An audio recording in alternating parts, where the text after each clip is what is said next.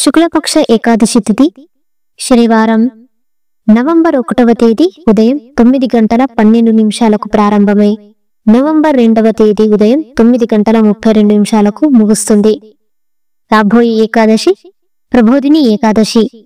ప్రబోధిని ఏకాదశిని దేవ ఉత్తన ఏకాదశి, హరి ప్రబోధిని, దేవ ప్రబోధిని, దేవాతాన్ కార్తీక శుక్ల ఏకాదశి అని కూడా పిలుస్తారు. ప్రబోధిని ఏకాదశి అంటే నిద్రలేపు అని అర్థం. కార్తీక మాసంలో ప్రకాశవంతమైన పక్షం శుక్లపక్షంలో 11వ చంద్రదినం. ఇది చాతుర్మాస్య యొక్క 4 నెలల కాలం. చాతుర్మాస్య అంటే 4 నెలలు అని అర్థం. ఇది ఆషాఢ మాసంలోని శాని ఏకాదశి నుండి కార్తీక మాసంలోని ఉత్తన ఏకాదశి అంటే ప్రబోధిని ఏకాదశి వరకు ఉండే 4 నెలల కాలం. ఈ సమయంలో శ్రీ మహావిష్ణువు యోగ నిద్రలోకి వెళ్తాడని నమ్ముతారు. ఈ 4 నెలల కాలంలో ఆచరించే వ్రతాన్ని చాతుర్మాస్య వ్రతం అంటారు. ప్రబోధిని ఏకాదశి ఉపవాసం చేయడం వల్ల ప్రయోజనం ఏమిటి? రాత్రి భోజనం చేయడం మరియు రోజంతా ఉపవాసం ఉండడం వల్ల కలిగే ప్రయోజనాలు, ఏకాదశి ఉపవాసం యొక్క విధానం మరియు ఏ రకమైన ఉపవాసం చేయడం వల్ల ఏ పుణ్యం లభిస్తుందో ఇప్పుడు ఈ వీడియోలో తెలుసుకుందాం. ఈ వీడియోను చూసే ముందు కొత్తగా చూస్తున్న వారు మా ఛానల్ని సబ్స్క్రైబ్ చేసుకోండి. అలాగే లైక్, షేర్ చేయండి. పక్కనే ఉన్న బెల్ ఐకాన్ని కూడా ఆన్ చేసుకోండి. ప్రబోధిని ఏకాదశి కేవలం విష్ణువు మేల్కొలుపు గురించి కాదు. భక్తులు తమ సొంత ఆధ్యాత్మిక అవగాహనను మేల్కొల్పడానికి కూడా ప్రోత్సహిస్తుంది. ఈ రోజును హృదయపూర్వక భక్తితో ఆచరించే వారికి దైవిక ఆశీర్వాదాలు లభిస్తాయని మరియు ఆధ్యాత్మిక వృద్ధిని అనుభవిస్తారని నమ్ముతారు.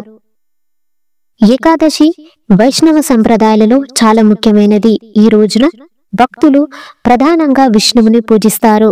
అయితే కొంతమంది భక్తులు శివుడిని కూడా పూజిస్తారు. ఇది భక్తి మరియు స్వయం క్రమశిక్ష యొక్క లయబద్ధమైన చక్రాన్ని సృష్టిస్తుంది. ఇది ప్రతిబింబం, ప్రార్థన మరియు దైవిక ఆశీర్వాదాలను కోరుకునే సమయం.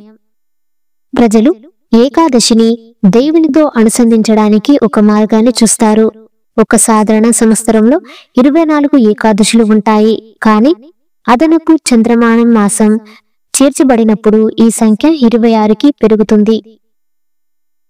కార్తీక మాసంలోని శుక్లపక్షంలో ప్రబోధిని ఏకాదశి వ్రతాన్ని ఆచరించినందుకు వచ్చే ప్రతిఫలం 1000 అశ్వమేధ యజ్ఞాలు మరియు 100 రాజసూయ యజ్ఞాలు చేసిన పుణ్యానికి సమానం. సాయంత్రం ఒక పూట భోజనం చేయడం వల్ల 2 జన్మల పాపాలు తొలగిపోతాయి. రోజంతా ఉపవాసం ఉండడం వల్ల 7 జన్మల పాపాలు తొలగిపోతాయి. 3 లోకాలలో సాధించడానికి కష్టమైన దానిని ప్రబోధిని ఏకాదశి ఉపవాసం చేయడం ద్వారా సులభంగా పొందవచ్చు. ఈ ఉపవాసం అత్యంత గొప్ప పాపాలను కూడా తక్షణమే నాశనం చేసే శక్తిని కలిగి ఉంటుంది. ప్రబోధిని ఏకాదశి ఉపవాసం చేయడం ద్వారా గత జన్మల నుండి చేసిన అనేక పాపపు పనులు కూడా ఒక్క క్షణంలో నశించిపోతాయి. ప్రబోధిని ఏకాదశి ఉపవాసం వారి స్వభావానికి అనుగుణంగా ఆచరించే మరియు సరైన విధానాలను పాటించే వారికి పూర్తి ప్రయోజనం లభిస్తుంది. ఈ రోజున విశ్వాసంతో కొన్ని పుణ్యకార్యాలు చేసిన వారికి లభించే పుణ్యం పర్వతంలా స్థిరంగా ఉంటుంది. ప్రబోధిని ఏకాదశి ఉపవాసం ఆచరించాలని కోరికను హృదయపూర్వకంగా మనసులో పెట్టుకునే వారి 100 జన్మల పాపాలు తొలగిపోతాయి. ప్రబోధిని ఏకాదశి నాడు రాత్రి జాగరణ చేసేవారి గత మరియు భవిష్యత్ 10 తరాలు విష్ణులోకంలో నివసించేలా చూసుకుంటారు. ఇంకా నరకంలో అనేక కష్టాలను అనుభవించిన వారి పూర్వీకులు కూడా విష్ణులోకాన్ని పొంది ఆనందాన్ని అనుభవిస్తారు. అలాగే బ్రహ్మహత్య వంటి ఘోరమైన పాపాలు కూడా తొలగిపోతాయి. ప్రబోధిని ఏకాదశి నాడు ఈ జాగరణ చేయడం వల్ల కలిగే ఫలితాలు అశ్వమేధం వంటి యజ్ఞాలు నుండి వచ్చే ప్రయోజనాల కంటే గొప్పవి. అన్ని తీర్థయాత్రలు చేసి గోవులు, బంగారం, భూమి, ఇతర కానుకలను దానం చేయడం వల్ల కలిగే ఫలాలు ప్రబోధిని నాడు రాత్రి జాగరణ చేయడం వల్ల కలిగే ప్రతిఫలాలకు సమానం. ఈ లోకంలో ప్రబోధిని ఏకాదశి ఉపవాసం ఆచరించడం ద్వారా తన వంశాన్ని శుద్ధి చేసుకుంటే ఆ వ్యక్తి జీవితం నిజంగా విజయవంతమవుతుంది. ప్రపంచంలోని అన్ని తీర్థయాత్రలు మరియు ఆశించదగిన అన్ని తీర్థయాత్రలు ప్రబోధిని ఏకాదశి ఉపవాసం ఆచరించే వ్యక్తి ఇంట్లోనే ఉంటాయి. కార్తీక మాసంలో ప్రబోధిని ఏకాదశి ఉపవాసం ఆచరించి శ్రీహరిని సంతృప్తి పరచడానికి అన్ని ఇతర కార్యకలాపాలను పక్కన పెట్టాలి. ఈ ఏకాదశి ఉపవాసం పాటించేవారు యోగి హోదాను పొందుతారు మరియు వారి ఇంద్రియాలపై పట్టు సాధిస్తారు. ఈ ఆచారాన్ని నారద మహర్షి మరియు విష్ణువు ఎంతో గౌరవిస్తారు. ఈ ఉపవాసం ఫలితంగా ఒక వ్యక్తి జనన మరణ చక్రం నుండి విముక్తి పొందవచ్చు. అలాగే శారీరక, వాచిక మరియు మానసిక అనే 3 రకాల పాపాలు తొలగిపోతాయి. విష్ణువు ప్రాప్తి కోసం ఈనాడు దాన ధర్మాలు, తపస్సు, యజ్ఞాలు, పుణ్యకార్యాలు చేసేవారికి అపరిమితమైన ఆశీస్సులు లభిస్తాయి. ప్రబోధిని ఏకాదశి నాడు శ్రీహరిని పూజించడం వలన యవ్వనం నుండి వృద్ధాప్యం నుండి వచ్చే అన్ని పాపాలు నశిస్తాయి. ఈ ఏకాదశి రాత్రి జాగరణ చేయడం వల్ల కలిగే ప్రతిఫలం సూర్యగ్రహణ సమయంలో స్నానం చేయడం వల్ల కలిగే ప్రతిఫలం కంటే 1000 రెట్లు ఎక్కువ. ప్రబోధిని ఏకాదశి నాడు ఉపవాసం ఉండడం వల్ల కలిగే పుణ్యాలతో పోలిస్తే ఒక వ్యక్తి జీవితాంతం సాధించే పుణ్యాలు చాలా తక్కువ. కాబట్టి సరైన పద్ధతిని ఉపయోగించి విష్ణువుని పూజించాలి. ధర్మబద్ధంగా ఉండి ఇతరుల ఆహారాన్ని తినని వారు కార్తీక మాసంలో చంద్రయాన ఉపవాసం చేసిన ఫలాన్ని పొందుతారు. కార్తీక మాసంలో భగవంతుడు శాస్త్ర కథను వినడం వల్ల సంతోషించినంతగా దాన ధర్మాలు మొదలైన వాటి వల్ల సంతోషించడు. కార్తీక మాసంలో భగవంతుని కథను కొంచెం చదివినా లేదా విన్నా వారు 100 ఆవులను దానం చేసిన ఫలాన్ని పొందుతారు. ఈ ఏకాదశి నాడు బ్రహ్మ ముహూర్తంలో మేల్కొనాలి. స్నానం చేసి ఇతర ఆచారాలను పూర్తి చేసిన తరువాత ఉపవాసం ఉండాలని సంకల్పించుకోవాలి. ఆ సమయంలో, హే హరి, ఈ రోజు నేను ఆహారం మానేసి 2 రోజులు భోజనం చేస్తాను కాబట్టి దయచేసి నన్ను రక్షించు అని ప్రార్థించాలి. ఈ ప్రార్థన తర్వాత భగవంతుడిని పూజించి ఉపవాసం ప్రారంభించాలి.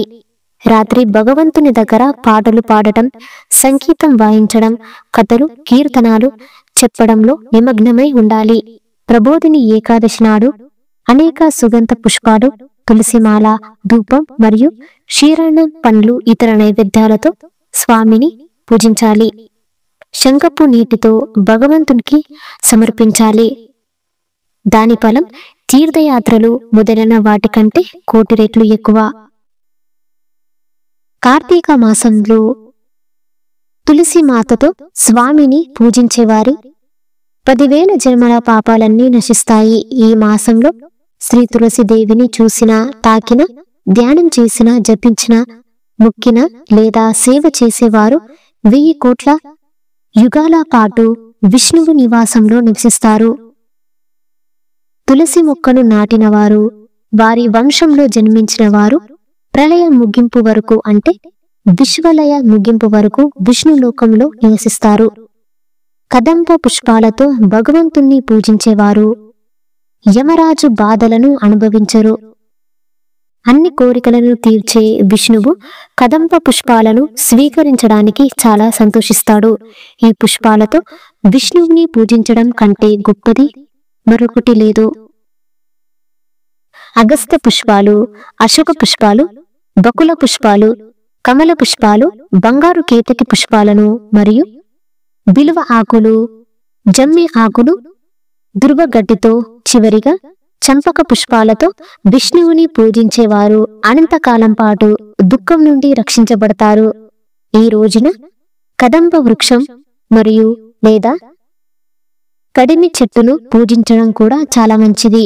కదంబ వృక్షం దేవత వృక్షం. హిందూ మతం నుండి వచ్చిన అనేక కథలలో శ్రీకృష్ణుడికి కదంబ వృక్షం అంటే చాలా ఇష్టమైనది. శ్రీకృష్ణుని కోసం గోపికలు వెతుకుతుండగా శ్రీకృష్ణుడు కదంబ వృక్షం కింద వేణువు వాయిస్తూ కనిపించాడట. అప్పటి వరకు శ్రీకృష్ణుడు కనపడకపోవడంతో దుఃఖితులైన గోపికలు కృష్ణుణ్ణి చూసి సంతోషం పొందారట.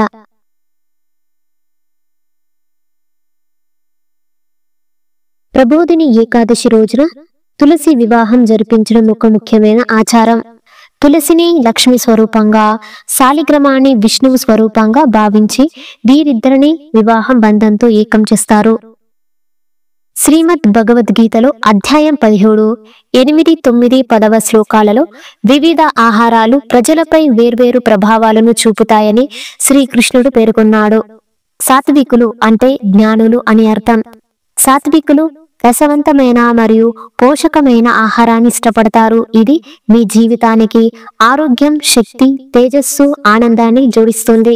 రజలు అంటే అగ్ని అని అర్థం. పొడి, కారంగా, చేదుగా, పుల్లగా ఉండే ఆహారాన్ని ఇష్టపడతారు. ఇది వ్యాధి మరియు దుఃఖాన్ని కలుగజేస్తుంది. తమలు అంటే అజ్ఞానులు. అశుద్ధమైన, కుళ్ళిన, అటక ఆహారం. అజ్ఞానులు చీకటిని సృష్టిస్తారు, అజ్ఞానాన్ని ప్రేరేపిస్తారు. అందువల్ల ప్రజలు తమ శరీరాలను, మనస్సును, ఇంద్రియాలను శుద్ధి చేసుకోవడానికి నీరు, పండ్లతో కూడిన సాత్విక ఆహారాన్ని తినడానికి ఏకాదశి నాడు ఉపవాసం ఉంటారు. పద్మపురాణం ప్రకారం విష్ణువు నుంచి ఉద్భవించిన శక్తి మురా అనే రాక్షసుడిని సంహరించిన రోజు. మురా అనే రాక్షసుడి దురాఘాతాలు భరించలేక దేవతలు విష్ణువు శరణు వేడగా విష్ణువు మురా అనే రాక్షసునితో తలపడి ఆ రాక్షసుని సంహరించేందుకు ప్రత్యేక అస్త్రం కావాలని గ్రహించి బదరికా ఆశ్రమంలోని హైమావతి గుహలలోకి ప్రవేశించాడు. అక్కడ విశ్రమిస్తున్న విష్ణువును మురా సంహరించేందుకు ప్రయత్నించుండగా విష్ణువు నుంచి ఒక శక్తి ఉద్భవించి తన కంటి చూపుతో మురను కాల్చివేసింది. అప్పుడు విష్ణువు సంతోషించి ఆ శక్తిని ఏకాదశి అని పేరు పెట్టి వరం కోరుకోమని చెప్పాడు. ఈ రోజున ఉపవాసం ఉన్న వారి పాపాలను పరిహరించాలని ఆమె కోరింది. ధనుర్మాసం శుక్లపక్ష ఏకాదశి రోజున ఉపవాసం ఉన్న వారికి వైకుంఠ ప్రాప్తి కలుగుతుందని విష్ణువు వరమిచ్చాడు. ఈ రోజున ఉపవాసం ఉంటే మిగతా 23 ఏకాదశులు ఉపవాసం ఉన్నట్టే అని విష్ణు పురాణం చెబుతుంది. మురా అంటేనే తామసిక, రాజసిక గుణాలకు ప్రతీక. వీటిని ఉపవాస జాగరణల ద్వారా జయిస్తే సత్వగుణం లభించి తద్వారా ముక్తికి మార్గం ఏర్పడుతుంది.